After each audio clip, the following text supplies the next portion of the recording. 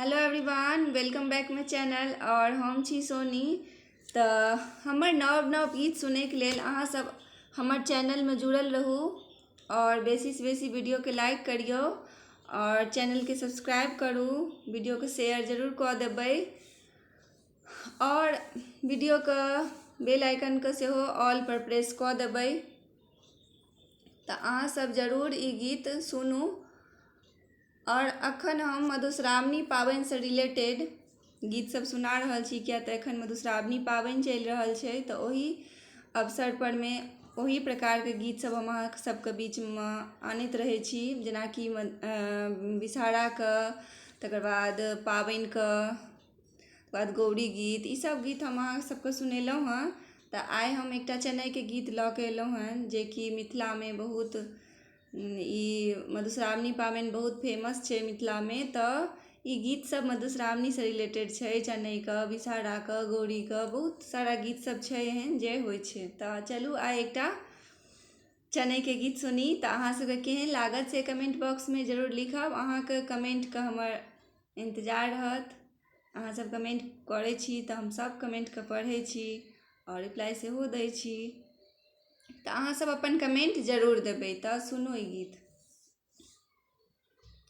कोने रंग घोड़बा चेन्नई के, कोने रंग लगाम, कोने रंग घोड़बा चेन्नई के, कोने रंग लगाम, राम कोने रंग खड़मुआ चेन्नई के, गंगा स्नान, राम कोने रंग खड़मुआ चेन्नई के, गंगा स्नान, कोने रंग घोड़बा चेन्नई के, कोने रंग लगाम,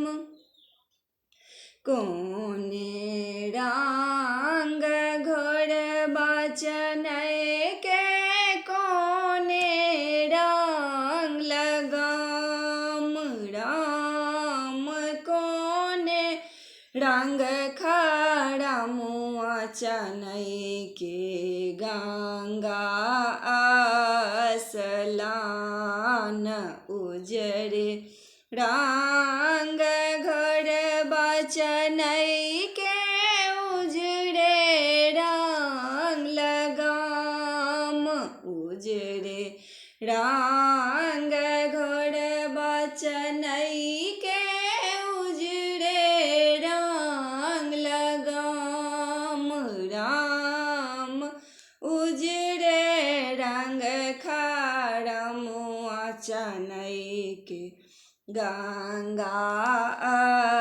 स्नान, राम उजरे रंग खड़मुआ चेन्नई के, गंगा स्नान, राम उजरे रंग खड़मुआ चेन्नई के, गंगा स्नान, कोने रंग दोपट्टा चेन्नई के, कोने रंग जनेऊ, कोने रंग दोपट्टा चेन्नई के, कोने रंग जनेऊ, राम कोने रंग धोतिया चेन्नई के, गंगा स्नान, राम कोने रंग धोतिया चेन्नई के, गंगा स्नान, कोने रंग दोपट्टा चेन्नई के, कोने रंग कोने रंग दोपटा चनई के कोने रंग जनो राम कोने रंग धोतिया चनई के गंगा स्नान राम कोने रंग धोतिया चनई के गंगा स्नान उजरे रंग दोपटा चनई के उजरे रंग जनो उजरे रंग दोपटा चनई के उजरे रंग जनो राम उजरे रंग धोतिया चनई के गंगा स्नान राम उजरे रंग धोतिया चनई के गंगा स्नान कोने रंग दोपटा चनई के कोने रंग जनो राम कोने रंग धोतिया चनई के गंगा स्नान उजरे रंग दोपटा चनई के उजरे रंग जनो उजरे रंग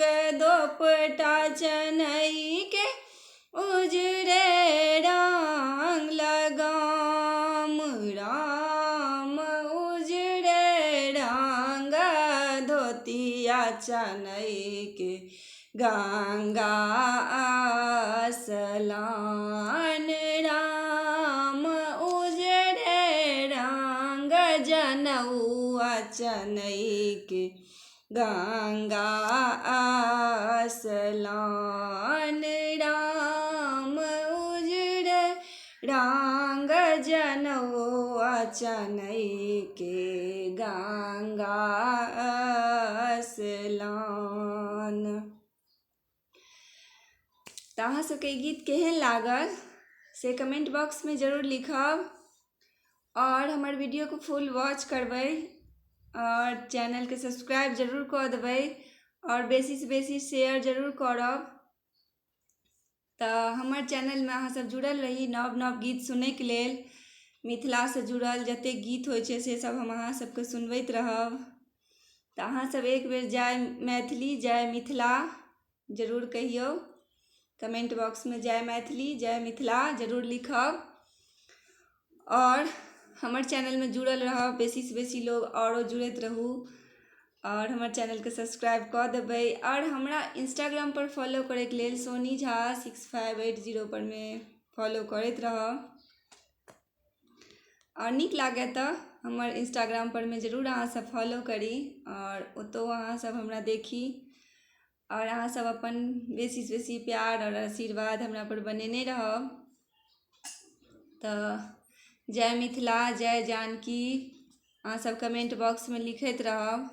अखन मधुश्रावणी के त्यौहार चलि रहल छै तो अखन एही पर अवसर पर में अहाँ सबके एही टाइपक गीत सुनबैत रहब मधुश्रावणी के उपलक्ष्य में विषहारा के गौरी के महादेव के चेन्नई के पाबनि के बहुत रास मिथिला से जुड़ल जे गीत सब छै से अहाँ सब हमर चैनल में सुनैत रहब। ओहिके लेल हमर चैनल में बेसी से बेसी लोग सब जुड़ जाओ और अहाँ सब अपन आशीर्वाद हमरा ऊपर बनेने रहू और सुनैत रहू हमर गीत सब और हमर गीत सुनि कऽ अहाँ सब एंजॉय करू।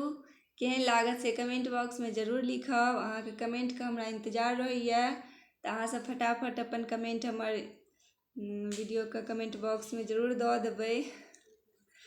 तो अहाँ सब जरूर लिखब। थैंक यू अहाँ सबके हमर चैनल में जुड़े के लेल बहुत बहुत धन्यवाद और बहुत बहुत अहाँ सबके आशीर्वाद हमरा ऊपर बनल रहे जे अहाँ सब 1K अहीं सबके कृपा से भेलै। तो हम सोचे छी एनाही कऽ कऽ 100K होय, ओकर बाद 1000K होय, तो वो सब अहीं सबके आशीर्वाद से हेतै। तो अहाँ सब प्लीज हमर चैनल में जुड़ल रहब, बेसी से बेसी सब्सक्राइब करबै। जुड़े के लेल थैंक यू, हमर वीडियो को फुल वॉच करे के लेल थैंक यू, शेयर करे के लेल थैंक यू, सब किछ के लेल thank you. Bye bye, watching for my video.